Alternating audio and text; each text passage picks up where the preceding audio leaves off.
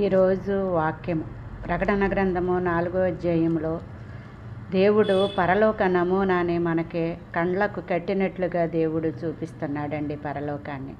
పరలోకములో ఒక సింహాసనం వేయబడిందని, ఆ సింహాసనం చుట్టూ 24 సింహాసనాలు ఉన్నాయని, ఆ 24 సింహాసనముల మీద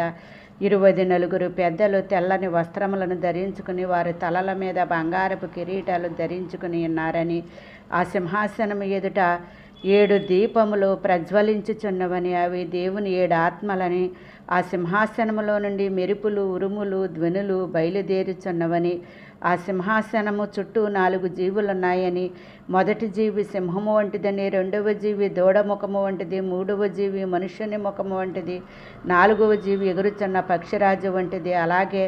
ఆ సింహాసనము దగ్గర నుండి స్ఫటికముని పోలిన గాజు వంటి సముద్రము బయలుదేరి